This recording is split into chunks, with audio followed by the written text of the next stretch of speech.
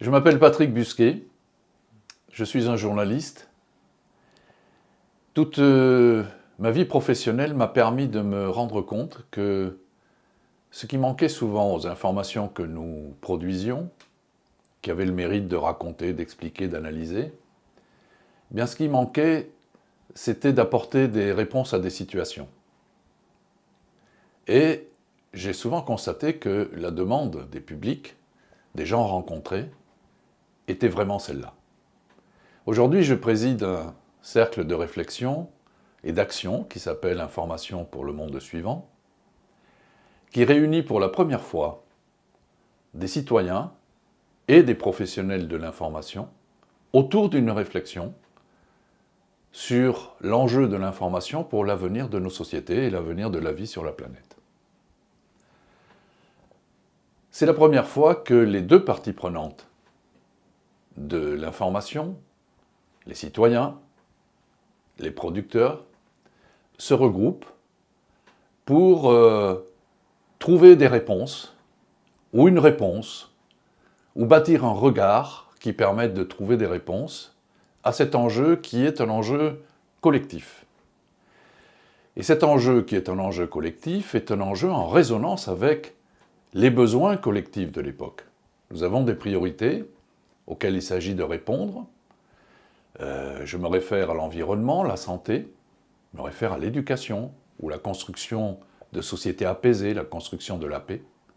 Nous avons besoin de comprendre comment est construite l'information et l'actualité, et nous avons besoin aussi de découvrir d'autres pistes pour enrichir l'information.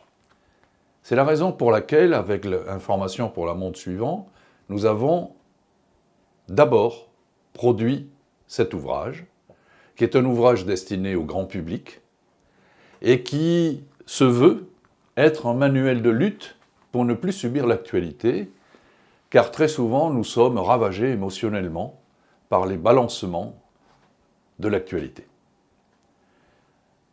Information pour le monde suivant a produit, depuis 5 ans, 6 ans que ce groupe de réflexion existe, un manifeste que je vous invite à découvrir sur notre site imsprojet.org, a publié une tribune qui est intitulée « Quelle information et pour quel monde ?»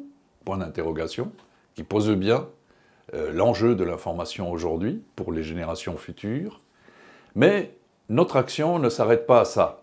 Il y a, je le répète, l'ouvrage que nous avons publié, mais il y a aussi une méthode de production d'information dont tout le monde peut se saisir, qu'il soit professionnel des médias, mais aussi acteur de communication dans une collectivité territoriale, dans une entreprise, dans une association, une fondation, une organisation internationale, bref, tous les acteurs qui aujourd'hui constituent le paysage informationnel qui, depuis notre entrée dans l'ère numérique, s'est considérablement élargi. Et donc, nous développons avec cette méthode ce que nous appelons l'information utile d'intérêt collectif. De quoi s'agit-il ? Il s'agit d'une méthode de production d'informations qui rendent les contenus actionnables, c'est-à-dire qui permettent aux personnes qui découvrent ces contenus, qui en prennent connaissance, d'avoir des modalités d'action justement pour répondre à ces enjeux collectifs auxquels nous sommes confrontés, auxquels je me référais tout à l'heure, et pour lesquels il s'agit d'apporter des réponses durables pour assurer une vie digne aux générations futures. Rejoignons-nous à partir de cette nécessité de faire commun, de bâtir ensemble des réponses. Nous apportons ce que nous savons faire concernant la structuration de la parole, du débat et de l'information, et nous l'apportons autour de vos besoins et autour de vos réponses et au service de vos réponses.